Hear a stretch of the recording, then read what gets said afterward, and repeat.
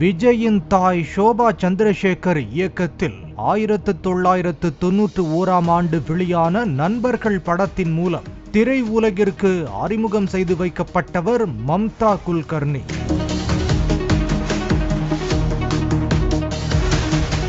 தமிழில் இருந்து ஹிந்தி திரை உலகில் சல்மான் கான், ஆமீர் கான், ஷாருக் கான், கோவிந்தா, அக்ஷய் குமார், சஞ்சய் தத் என முன்னணி ஹீரோக்களுடன் ஜோடி போட்டு 2000ஆவது ஆண்டு வரை ரசிகர்களின் கனவு கண்ணியாக பலம் வந்தார் மம்தா குல்கர்னி.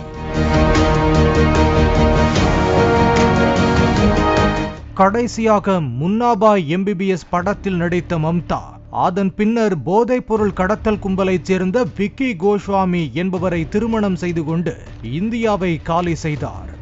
இருவரும் தென்னாப்பிரிக்காவில் வசித்து வந்தனர். இந்த நிலையில் 2016ஆம் ஆண்டு தானேவில் எஃபெட்ரின் என்ற போதைப்பொருள் வைத்திருந்ததாக இருவரை கைது செய்த போலீசார் அவர்கள் கொடுத்த தகவலின் பேரில் 2000 கோடி ரூபாய் மதிப்புள்ள போதைப்பொருள் கடத்தலில் ஈடுபட்டதாக விக்கி கோஸ்வாமி, மம்தா குல்கர்னி உள்ளிட்ட 10 பேர் மீது வழக்கு பதிவு செய்தனர்.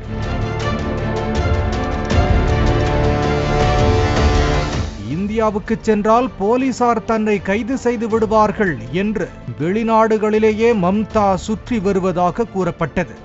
இந்த வழக்கில் போதிய ஆதாரங்கள் கிடைக்கவில்லை என்று மம்தா குல்கர்னியின் பெயரை போலீசார் கடந்த மாதம் நீக்கினர்.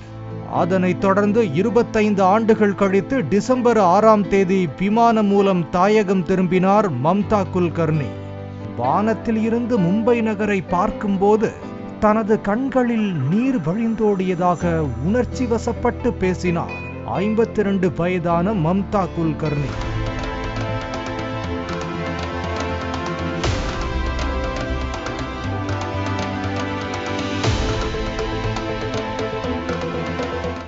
இந்த நிலையில்தான் உத்தரப்பிரதேசத்தின் பிரயாக்ராஜில் கும்பமேளாவில் காவி உடையில் பங்கேற்ற மம்தா திரிவேணி சங்கமத்தில் புனித நீராடினார்.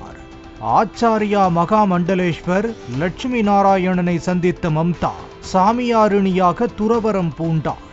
கழுத்தில் ருத்ராட்சை மாலை அணிவிக்கப்பட்ட மம்தா தனது பெயரை ஸ்ரீ யமை மம்தா நந்துகிரி என்று மாற்றிக்கொண்டதாக தெரிவித்துள்ளார். இதுவரை பணம், பொருள், போதை என மாயை நிறைந்த வாழ்க்கையில் இருந்த அவர் இனி காசி, அயோத்தி என புண்ணிய தலங்களை நோக்கி புனித யாத்திரை மேற்கொள்ள உள்ளதாக கூறப்படுகிறது. பாலிமர் செய்திகளுக்காக செய்தியாளர் வேல்ராஜ்.